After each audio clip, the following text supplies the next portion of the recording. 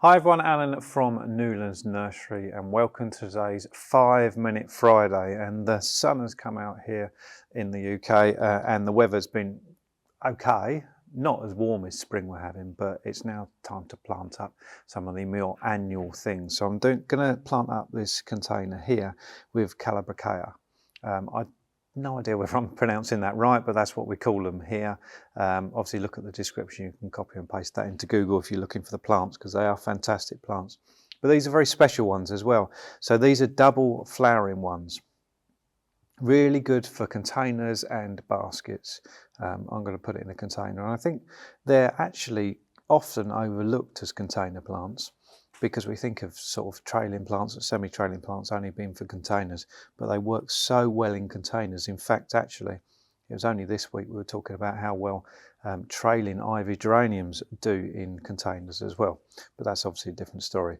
So this one here is the double flowering red, which is a lovely deep red, and the other side of it we've got the blue, double flowering blue, and we have actually got red, white and blue, and we're approaching the coronation weekend here. So it's to be honest, that's a coincidence, but the blue is my favourite, a really, really deep, almost royal blue. And this is the white, a really nice white flowering, double flower there. So we're going to plant them in this container. You might have seen when we were showing you the plants, and we've got 2 of each in there. You don't have to do that. If you're a little bit patient, you could probably get away with 3 plants in here. I'm going to put 6 in here so we get an impact a little bit quicker. So obviously what I need to do is add some compost. It's quite a big container and quite tall for its size. But what I really like about that is that we're going to actually get the plants to spill over the side. And as they spill over the side, that will break up the edge of the container, and that will look even nicer. So we just top that with compost, just like that.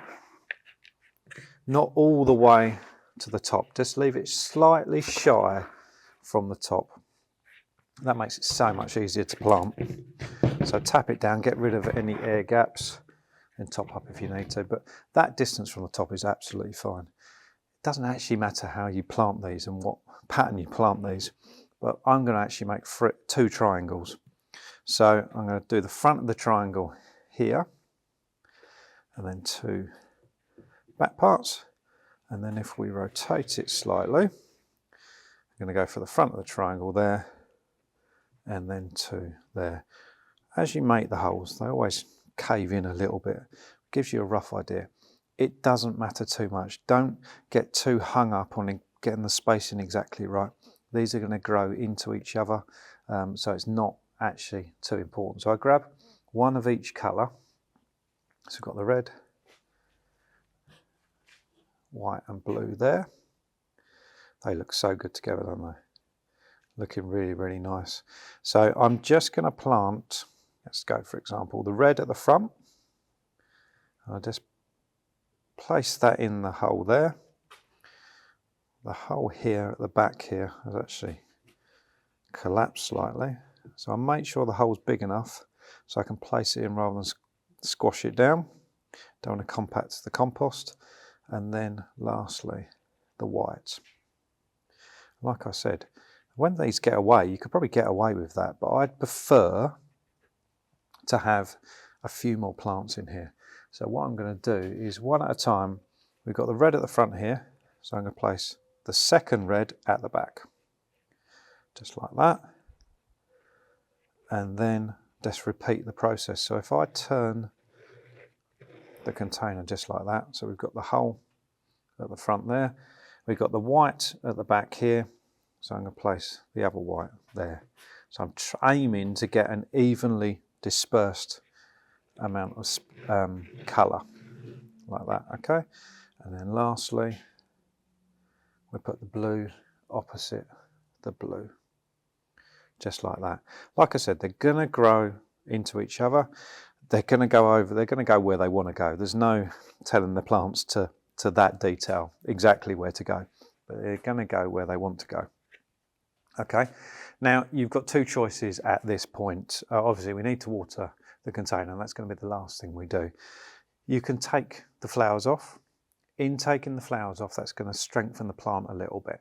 Not actively strengthen the plant, but what that means is it's not going to put so much energy into the flowers. We want the growth to start, really. We want foliage. The more foliage you've got, the more branching you've got, the more flowers you're going to get over time.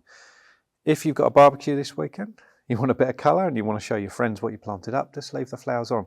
It doesn't come into any harm. We often get asked that, if I leave the flowers on, is it going to cause a problem? It's not going to cause a problem. It probably won't grow quite as quick.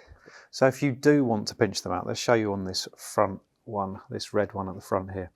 So it's the same as taking the tips out, if you've ever stopped a fuchsia, or deadheading before the flower needs deadheading. So see this stem here, I'm just going to pinch it with my thumb and finger, just like that.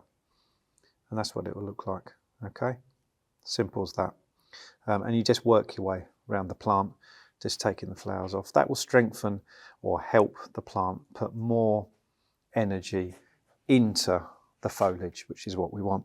Then all that's left to do is give it a water. So like I said, you don't have to take the tips off or take the flowers off. I know for some people they find that hard to justify doing that, and I can understand that. You bought lovely new plants, you don't want to take the flowers off because that's what you bought them for. But give it a good water. This compost was relatively dry, so take a little bit of time for it to soak in, but when it does soak in, you start seeing it come from the bottom. Just water it again and give it a good soak in because it's a fresh planting. But as always, if you've got any questions at all, get in contact. See you soon.